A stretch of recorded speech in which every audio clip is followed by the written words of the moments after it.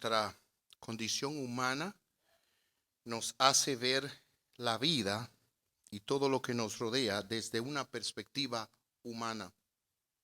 Es natural, eso es lo que somos. Y lamentablemente a veces eso viene en contra de la fe en Dios, porque pensamos como hombre, eso no puede ser, y de esa manera negamos a Dios. Quise compartir esas ilustraciones porque voy a hablarles hoy de Jonás, un hombre al que se lo tragó un pez y luego lo vomitó vivo. Y nosotros tenemos que saber que no importa cómo nosotros interpretemos o entendamos a Dios, Dios sigue siendo Dios como Él es y se ha revelado. Se lo voy a poner de otra manera. No importa cómo las demás personas lo vean a usted y lo que digan de usted, lo que usted es en su corazón y sobre todo delante de Dios, esa es la verdad. De Jesús dijeron que Él tenía el espíritu del diablo, pero eso no quiere decir que eso sea verdad. Eso dijeron ellos. ¿Quién sabe las cosas que han dicho de usted? Eso no lo define a usted. Dios tampoco es definido por la manera en que nosotros lo entendamos. Él es Dios y Él es Él y Él se ha revelado en su palabra como Él es. Y los atributos de Dios nos permiten conocer su persona. Uno de esos atributos es la misericordia de Dios. La misericordia es una respuesta favorable de bien hacia alguien que se merece mal. Una persona condenada pide misericordia y lo que está diciendo, no me castiguen como yo merezco. Ténganme misericordia. Y Dios es misericordioso. No importa cuán grave haya sido el pecado de un individuo, Dios lo puede perdonar si él se arrepiente. Nuestra mente no funciona así. Nosotros tendemos a ponerle un límite al perdón y a la misericordia. Es decir, un hasta aquí, pero Dios no funciona así. Él es misericordioso y se deleita en hacerle bien y misericordia a aquel que se arrepiente. Pero también quiero aclarar, la Biblia dice que Él es fuego consumidor. ¿Y qué significa eso? Bueno, que también Dios es justo. Y aquel que no se arrepiente va a encontrar la justicia de Dios. Nosotros tenemos un sentido de justicia y es porque somos creados a la imagen de Dios. Y ese sentido de justicia lo puso Dios así en nosotros porque Él es justo. Por lo tanto, el que no se arrepiente tiene que enfrentar las consecuencias presentes y eternas de su pecado. Pero el que se arrepiente siempre encuentra misericordia. No importa lo que haya hecho. Ese es Dios. Esa es la ley de Dios. En el caso de Jonás, que es el personaje del cual vamos a hablar, capítulo 3, los versículos 1 y 2 dicen así. El Señor habló por segunda vez a Jonás, por segunda vez. Miren cómo le dijo, levántate y ve a la gran ciudad de Nínive y entrega el mensaje que te he dado. Vamos a orar y pedir a Dios que nos ayude. Padre Santo, te pedimos especial dirección, provisión al exponer tu palabra. Te suplicamos que vengas con tu espíritu y nos guíes a toda verdad para entender tu misericordia, pero sobre todo aprovecharla en esta hora.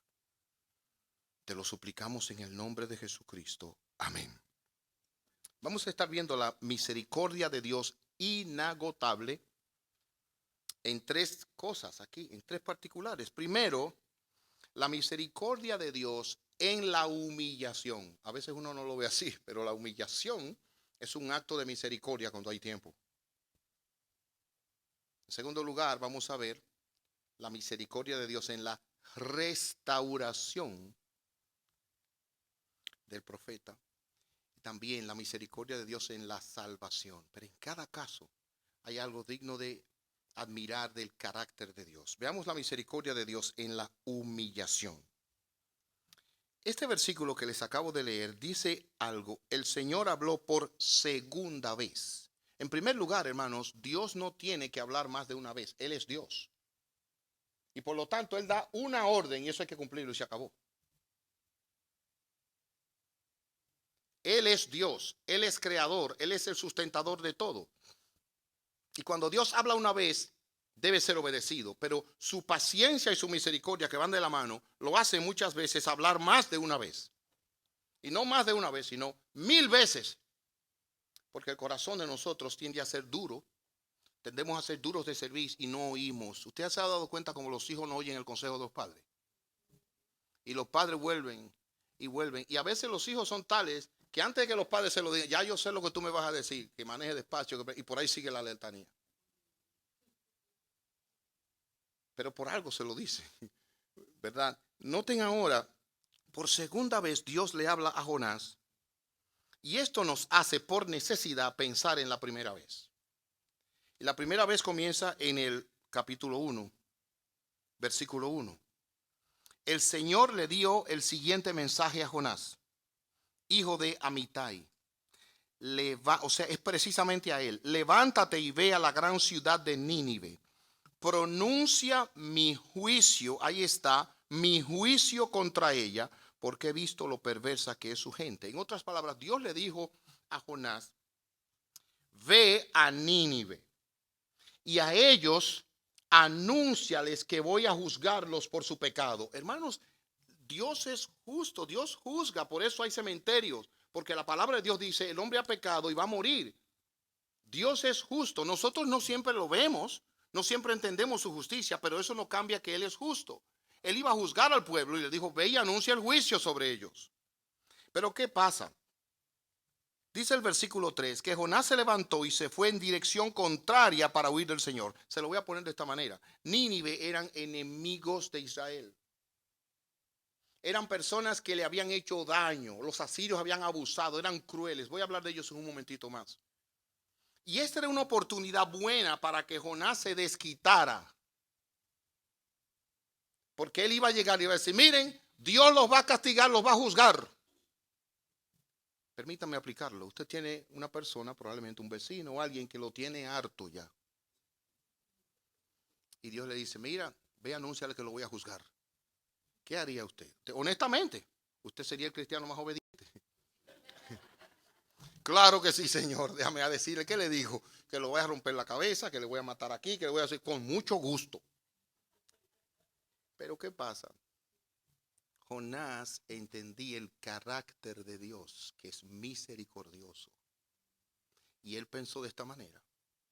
Si yo voy y les anuncio el juicio que Dios va a hacer, ¿saben lo que va a pasar?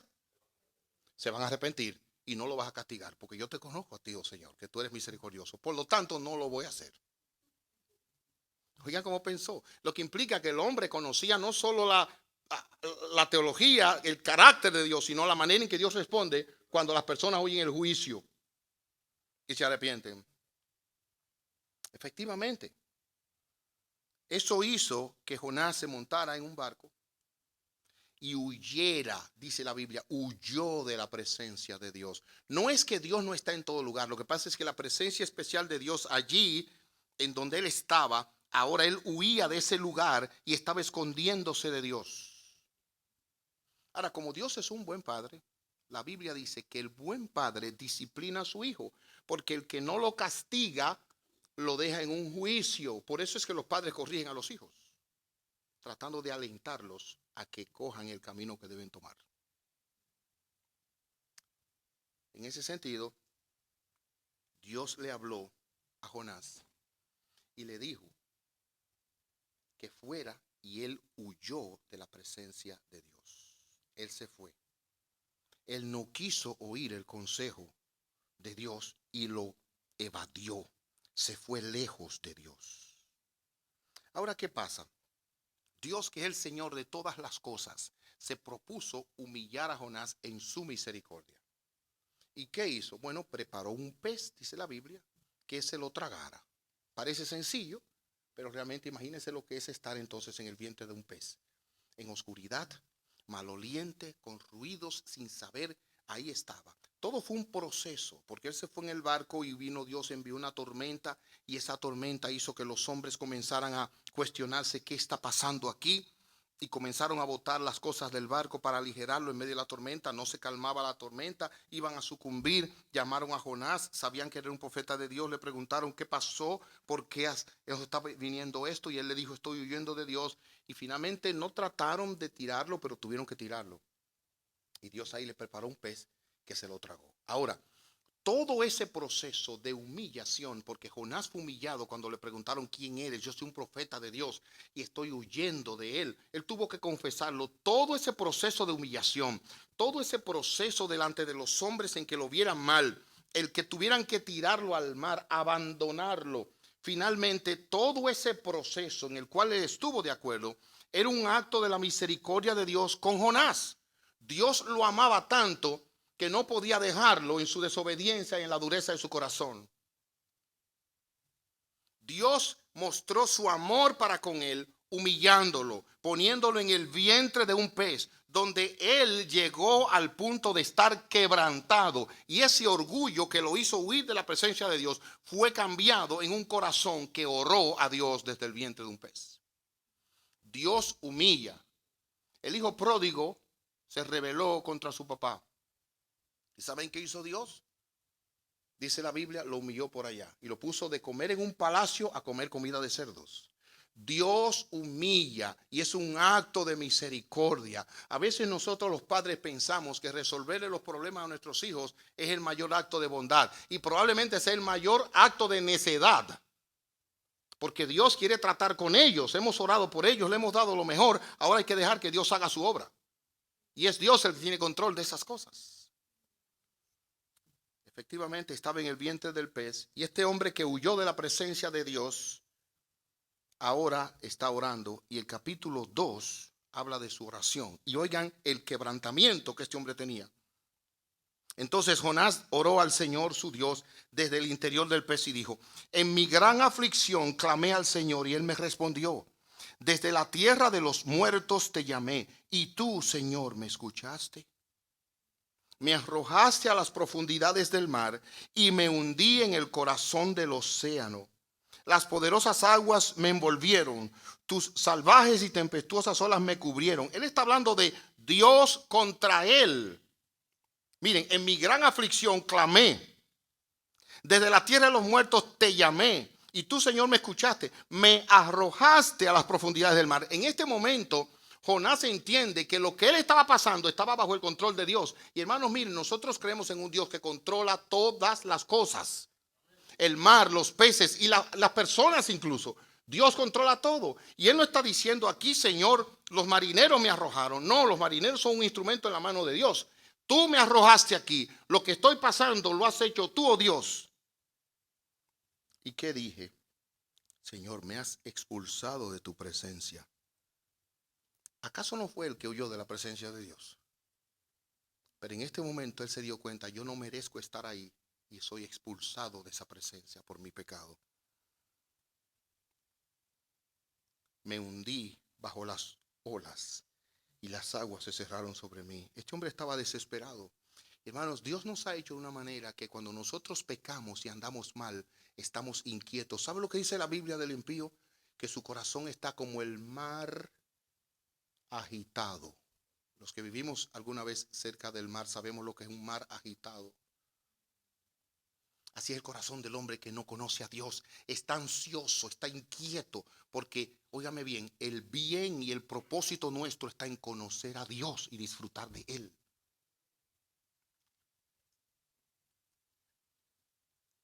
De hecho, Jonás se estaba muriendo. Dice aquí, me hundí hasta las raíces de las montañas, me quedé preso en la tierra, cuyas puertas se cierran para siempre. ¿Saben lo que significa preso en la tierra? Es como una persona que sepultan, lo meten, imagínenselo por un momento nada más, le dio algo, lo dieron por muerto, no lo prepararon porque había que sepultarlo rápido, lo metieron y resulta que estaba vivo y despertó allá adentro. Así estaba Jonás. ¡Qué terrible! Así se sentía él. Me hundí hasta las raíces de las montañas, quedé preso en la tierra, cuyas puertas se cierran para siempre. Pero tú, oh Señor mi Dios, me arrebataste de las garras de la muerte. Cuando la vida se me escapaba, recordé al Señor. Elevé mi oración sincera hacia ti en tu santo templo. En otras palabras, bueno es Dios que a veces nos deja caer en una situación, oiga, donde nos estamos ahogando, donde no hay esperanza, donde estamos solos, para que ahí clamemos a Dios que tiene misericordia. Miren, porque es que el corazón de nosotros es tan duro que nosotros tenemos la solución de las cosas sin ni siquiera saber quiénes somos y dónde estamos. Somos soberbios. Y Dios tiene que en su misericordia a veces humillarnos, dejarnos ver que no sabemos, que no podemos, que no tenemos, para entonces rendidos a Él proveer y que la gloria solamente sea de Él. Mire, nadie va a poder llegar al cielo diciendo, este cielo me lo gané yo. Mire, un buen hijo, buen esposo, un buen padre, excelente, buen trabajador. No, Jesucristo vino a buscar y a salvar lo que se había perdido. Personas que dicen, yo fracasé como hijo, yo fui mal padre, yo fracasé en mi trabajo, no fui un buen hermano. Y ese Cristo lo toma, le muestra misericordia, lo hace una nueva criatura y el que lo ve da gloria al nombre de Dios. Dios humilla para después exaltar. Esa es su misericordia. Y Jonás la vio. Pero además de eso, vemos la misericordia de Dios en la restauración. Dios pudo haberlo dejado ahí, pero ¿saben qué? A mí me fascina este hecho. Dios no solo es misericordioso humillando, sino que Él restaura. Él restaura. Y ¿saben qué? La vida nuestra es como una vasija de barro, pero tiene una particularidad. Tiene muchas grietas que tiene un cementico que la va a cuidar. Y el que la ve se da cuenta de que tiene muchas grietas, pero que han sido reparadas. Y eso es lo que le da gloria a Dios. Que la vida mía ha sido una vida quebrada, quebrantada, pero por la gracia de Dios estoy donde estoy. Oye, es como aquel violinista, no me olvido de esa historia que, mejor no pierdo tiempo ahora, pero nuestra vida es eso. Se lo debo, porque tengo otras cosas acá. Pero Dios permite a veces que seamos quebrantados para luego restaurarnos. Dice aquí el versículo que hemos leído. El Señor habló por segunda vez a Jonás. Levántate y ve a la gran ciudad de Nínive y entrega el mensaje que te he dado. Dios pudo haberlo desechado. Mire, Dios es Dios. Hermanos, Dios pudo haber rechazado a ese hombre. Dios pudo haberme rechazado a mí y a ti. ¿Cuántas personas no mueren todos los días y no conocen a Dios? ¿Cuántas personas no pasan a la eternidad sin haber oído un mensaje como este? ¿Cuántas personas no son desechadas y viven en perdición permanente y no tienen una oportunidad como la que tú tienes en este momento de oír el evangelio y un llamado al arrepentimiento y la fe en un Dios de misericordia? Hermanos, ¿qué iba a pasar si Jonás moría? Nada. El mundo seguiría, pero Dios no obra así. Él tomó y le dio una segunda oportunidad. Dios lo restauró. Hermanos, si alguien alguna vez se levanta a predicar el evangelio y a hablar de Cristo, sepa esto: es una nueva criatura restaurada por Dios. Es un muerto que Dios le ha dado vida. Es uno que estaba perdido y Dios lo ha traído. Y cuenta de las grandes cosas que Dios ha hecho con él. Un día Jesucristo llegó a una costa y cuando llegó a ese lugar, allí había un endemoniado. Era el mismo diablo, desnudo, herido. En el cementerio vivía. Siempre pienso en lo que era enterrar a una persona en esos días. Era un miedo, había que llevar seguridad porque el loco andaba por ahí. Y cuando Jesús llegó donde ese hombre y se encontró de frente con él, la Biblia dice que ese hombre cayó postrado en tierra. Jesús sacó los demonios que había en él y cuando la gente de la ciudad vino, lo encontró a él sentado, tranquilo, ya no era un loco, vestido y en su juicio cabal. Entonces, cuando Jesús se iba, dijo, yo quiero ir contigo. Le dijo, no, vete a tu casa, a tu familia y cuéntales cuán grandes cosas Dios ha hecho contigo. Porque Dios no solamente perdona, sino que Él restaura para usar esa vida restaurada para su gloria y para el bien de otros. Hermanos, qué bueno es. Qué bueno es que nosotros podamos disfrutar de una vida restaurada en el nombre del Señor Jesucristo para contar lo que Dios ha hecho. Leí esta semana una historia que me fascinó. Fue un papá, era mucho frío en una de las ciudades del norte aquí. Y esa noche o esa tardecita, el hijo de 12 años le dijo: papi, yo quiero que vayamos a repartir estos tratados nuevos que llegaron a la iglesia. Y el papá le dijo: mi hijo, está demasiado frío, mira cómo está cayendo nieve allá afuera, ¿para dónde vamos a ir? Y el hijo le dijo: pues yo quiero ir, papi. Bueno, el papá le dijo: vete tú si tú quieres, pero no salga de aquí de esta área. Y se fue el niño a repartir los trataditos. Y se paró en una esquina y ya no había nadie, le quedaba un solo. Se fue y tocó una puerta. Nadie le respondió. Volvió a tocar más duro. Nadie le respondió. Se devolvió, se fue para su casa. Y saliendo a la acera dijo: no, pues yo quiero volver a tocar. Volvió a tocar la puerta. Y ahí le abrió una señora que vivía sola por tiempo ahí. Él le dijo eso: mire, Dios le ama, lea eso y que Dios le bendiga. Y se fue el niñito para su casa, ya congeladito. Es interesante que el domingo en la iglesia el papá predicó y terminado el sermón, ustedes conocen la historia, ¿verdad? Maravillosa, ¿no? Ah, pues me alegro. Pues entonces, cuando el papá predicó, para sorpresa, al final el papá preguntó si alguien tenía un testimonio que compartir. Y se levantó esa señora allá atrás y dijo: el jueves pasado yo me iba a quitar la vida. Y estaba en el ático con una soga ya para colgarme. Mi vida era una ruina. Alguien tocó la puerta, insistió tocando. Y cuando bajé, él me entregó ese tratadito. Y ese día yo me rendí a Jesucristo. Y por eso estoy aquí. Dios transforma vidas. ¿Saben para qué? Para que nosotros contemos a otro de dónde venimos. Porque hay otra gente que está ahí en el lodo donde nosotros estábamos. Por lo tanto, nosotros no tenemos nada que esconder aquí. Nada. Pablo, cuando hablaba del pecado, dice: el más grande de los pecadores, de los cuales yo soy el primero. Punto. Aquí no hay nada que discutir. Hermano, el pleito se acaba ahí. El problema es cuando nosotros tratamos de decir que somos mejores que otros. No, no, no, no. Somos todos muy pecadores y Cristo vino a buscar y a salvar lo que se había perdido. ¿Qué hizo el Señor Jesucristo con este hombre? No solo lo perdonó, sino que ahora, después de humillarlo, lo restauró. Y miren, se convirtió en un predicador extraordinario. Oigan, ¿por qué? Porque dice la palabra de Dios que él salió a predicar a la ciudad donde antes no quería, ahora obedeció la voz que antes no obedecía. Y dice la palabra de Dios que cuando él predicó en esa ciudad perversa de Nínive, y yo me imagino, hermanos, que aunque él estaba humillado, yo no estoy seguro si él predicó de muy buena gana, porque yo estoy predicando aquí de buena gana. Pero usted sabe que a veces uno dice la cosa entre los dientes porque hay que decirlo, pero no porque quiera decirlo. El asunto es que toda la ciudad se arrepintió y el rey dijo: hasta los animales vístanlos y humíllenlos. Y efectivamente, dice aquí la Biblia que el pueblo se arrepintió. Y es interesante que Dios entonces no condenó a la ciudad, que era lo que él temía. Dios no solamente humilla, sino que él restaura. Y lo usó a pesar de su pecado, a pesar de su necedad, lo usó, y la gloria siempre es para Dios. Porque eso es lo que Dios, esa es la especialidad de Dios. Usar lo que no sirve para su sola gloria. Por eso dice 1 Corintios: mírense ustedes quiénes son. Personas sin nombre, sin fama. Nadie.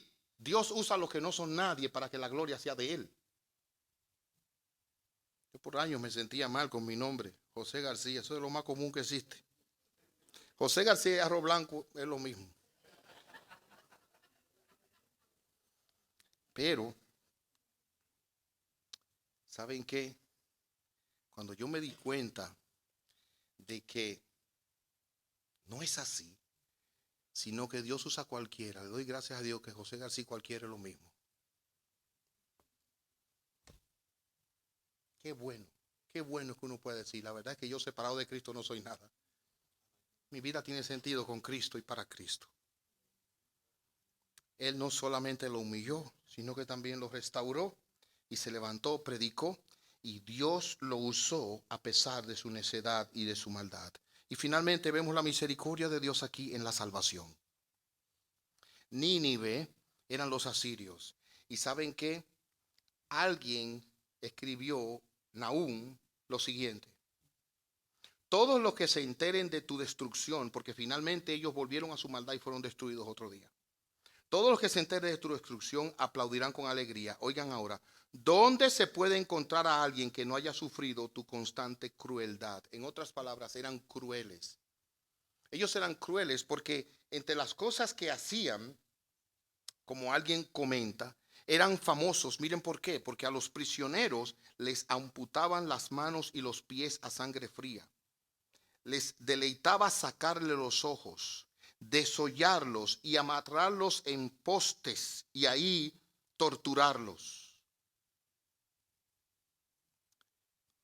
Me cuido mucho en esto, pero hace muchos años vi un video, y no lo vi entero, que me arrepiento. Fue la decapitación de un hombre, cuando comenzaron a hacer esas cosas. Bueno, pues esta gente era eso, y por eso no quería ir allá.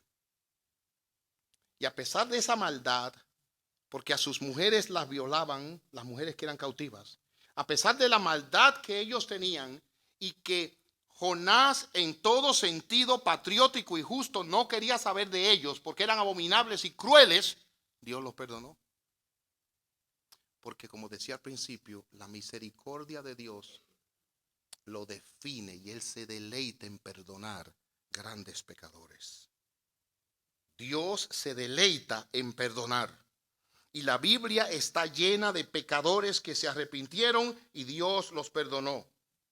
Mire la escritura, hasta donde yo he leído, solo dos hombres. Dos hombres no se habla de ellos de pecado, Daniel y José. Después, no importa, todos. Jeremías fue uno que se quejaba continuamente. Quizá por eso me gusta tanto. Era un quejón. Y así puedo seguir citando otros más. Pero quiero concluir de esta manera. Aprovecha tú la misericordia de Dios. Y mira, no importa cómo tú hayas caído, cómo tú hayas pecado, aprovecha la misericordia de Dios. No importa lo que la gente te diga, no importa el daño que hayas hecho, vive el resto de tus días para contar lo que Dios ha hecho con un gran pecador como tú. Aprovecha la misericordia de Dios, no importa el tiempo que te quede. Conocí la historia de un guardia, un alcaide de una prisión, el señor Burl Cain o Cain. Este hombre dijo que en esa prisión no solamente se podía decir que era un infierno lleno de pecado, sino también era un lugar donde había redención. El alcaide Caín, en una ocasión, aunque él profesaba ya la fe, él era que ejecutaba a los condenados a muerte. Y condenó a uno, y cuando lo ejecutó, le remordió la conciencia. ¿Qué hice yo por ese hombre? Yo lo maté. Yo lo mandé a la condenación. No importa cuán criminal haya sido, pero eso le golpeó su corazón. El próximo a ser ejecutado era Feltus Taylor. Feltus Taylor estaba preso porque había tratado de asesinar a dos personas, un señor llamado Keith y una señora llamada Donna. Él entró al negocio de ellos donde trabajaban y a cada uno le dio un disparo. Ella murió en el acto, pero Keith sobrevivió y quedó paralítico en una silla de ruedas. El asunto es que este hombre se propuso entonces hablarle de Cristo a Feltus. Y la historia cuenta que el día de la ejecución estaba Keith en su silla de ruedas ya mirando la ejecución. Y el señor Cain se le acercó. Le dijo, esperemos en Dios. Keith era un cristiano, pero estaba confinado en una silla de ruedas. Entró el alcaide y se puso al lado del condenado a muerte, le agarró la mano y él apenas podía hablar, entre el susto y la presión que tenía. Pero ahí le habló al corazón, se le acercó y le dijo: mi hermano, porque ya él acababa de hacer una profesión de fe en Jesús, ¿estás listo para ir a ver el rostro de tu Salvador? Levantó los ojos y le dijo que sí, pero dijo: por favor, dile a Keith que me perdone por lo que yo le hice a él y lo que le hice a Donna. Desde allá Keith, que oyó, le hizo seña, dijo: estás totalmente perdonado. Ahí cerró los ojos después de respirar 2 veces y murió. ¿Ustedes creen que se fue al cielo o no? Pero le quitó la vida a 2 personas. Está siendo condenado a muerte por ser un homicida. Pero claro que sí, porque esa es la misericordia de Dios. Él toma asesinos, Él toma extraficantes, Él toma malhechores, violadores, y les muestra su misericordia y los perdona y los hace una nueva criatura. No importa cómo haya vivido, la misericordia de Dios lo levanta, lo restaura y lo usa para la gloria de su nombre. No importa cómo hayas vivido, baja la cabeza y dice: Señor, perdóname, límpiame de mi pecado y ayúdame a vivir para ti y a contar a otros que en ti hay perdón y que tú eres misericordioso.